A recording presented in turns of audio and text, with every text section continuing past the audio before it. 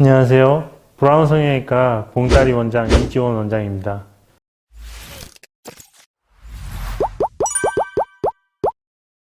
오늘은 안면거상과 실리프팅에 궁금했던 질문을 모아서 이야기해보는 시간을 가져보도록 하겠습니다.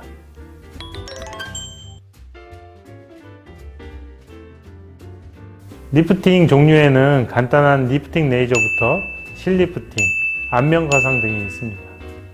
실리프팅의 경우 흉터가 적고 회복기간이 빠른 장점이 있으나 효과 지속기간이 안면거상에 비해 짧아 자주 반복적으로 시행해야 하는 단점이 있습니다. 당연히 안면거상의 가장 큰 장점은 한 번에 확실한 리프팅 효과를 오랫동안 지속시켜 주는 것입니다. 하지만 가장 환자분들께서 걱정하는 부분이 흉터와 회복기간입니다. 또한 확실한 스마스 거상과 충분한 피부 절제를 위해서는 수술 시간이 길어질 수밖에 없는데 아무래도 실리프팅보다는 붓기가 좀 더 오래 가서 회복 기간이 긴 단점이 있습니다.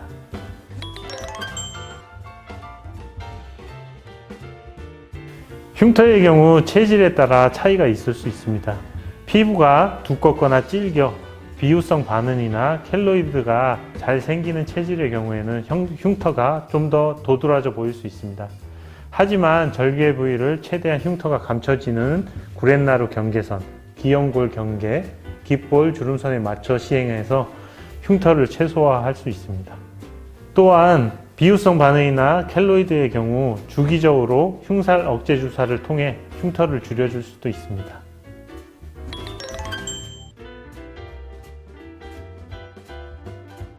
단순히 나이로 구분해서 젊은 나이에는 실리프팅, 나이가 많다고 해서 안면거상 이렇게 구분할 것이 아니라 처짐의 정도와 원인을 정확히 파악하고 본인의 시간적 여유와 목적, 원하는 효과 지속 기간을 고려하여 어떤 수술을 할지 결정하여야 합니다. 예를 들어 결혼을 한두 달 앞둔 신부의 경우 피부 처짐이 아무리 심하다고 해도 결혼식이라는 큰 행사를 앞둔 상황에서 안면거상을 시행할 수 없습니다. 이러한 경우 실리프팅을 고려해 볼 수 있습니다. 반대로 20대임에도 불구하고 양악, 안면윤곽 또는 체중이 급격하게 감소하여서 피부 처짐이 많이 심할 경우 근본적 효과가 확실하고 오래 지속되는 안면거상을 선택하는 것이 좋을 것입니다.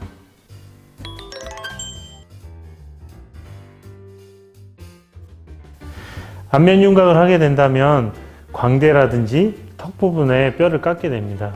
그러면 뼈 볼륨이 감소되는데 그 위에 덮고 있던 피부와 조직들은 줄어들지 않고 피부가 처져 보이는 경우가 많습니다. 처짐을 방지하기 위해 제일 좋은 것은 수술한 그날 안면거상을 같이 시행하는 것이고요. 안면윤곽 수술 이후에 피부가 처져서 안면거상 수술을 받을 경우에는 그런 상태를 보고 나서 수술 방법을 선택하는 것이 좀 더 나을 것 같습니다.